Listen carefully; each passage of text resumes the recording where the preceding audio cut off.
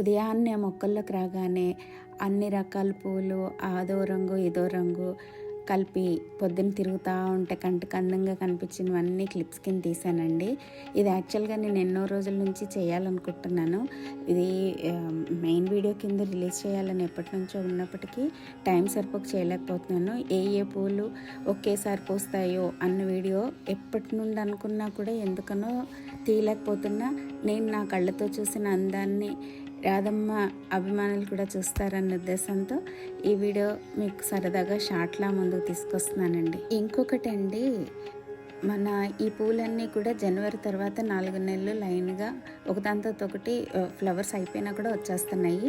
Golden shower అయిపోయింది ఇక్కడ అనుకున్న టైంలో కేట్ క్లాస్ అవి కూడా ఎల్లో కలర్ కూడా చాలా అందంగా కనిపించినాయి ఒకదాంతో ఒకటి. కానీ నేను సరిగ్గా క్యాప్చర్ చేయలేకపోయాను. పువ్వులు లేనప్పుడు కొన్ని ఫ్లవర్స్ మీ ముందుకు తీసుకొచ్చిన ఇవన్నీ ఒకేసారి ఉంటాయని మాత్రం మీరు అర్థం చేసుకుంటారు అనుకుంటున్నా. ఎవరైనా కొత్తగా గార్డెన్స్ పెంచుకునే వాళ్ళు ఏ మొక్కలు ఏ టైంలో పక్కన వేస్తే ఆ రంగుల పూలు ఈ రంగుల పూలు కలిసి అందంగా కనిపిస్తాయో తెలుస్తుందని మాత్రం చూపిస్తున్నానండి. వైలెట్ కలర్ బంచెస్ని శాండ్ పేపర్ వైన్ అంటారు కదా, అవి నేల మీద వేస్తే అసలు బంచెస్ కింద అసలు వీడియోస్లో చూస్తుంటే ఆనందం అనిపిస్తుంది. నాకున్న ప్లేస్ తక్కువ అవ్వటం వల్ల ఇలా కుండీలోనే పెంచినా కూడా ఇన్ని బంచెస్ వచ్చినాయండి. అన్ని క్రీపర్స్ ఒక ఎత్తు అయితే రాధా మనోహరం ఇంకొక లెవెల్ అండి.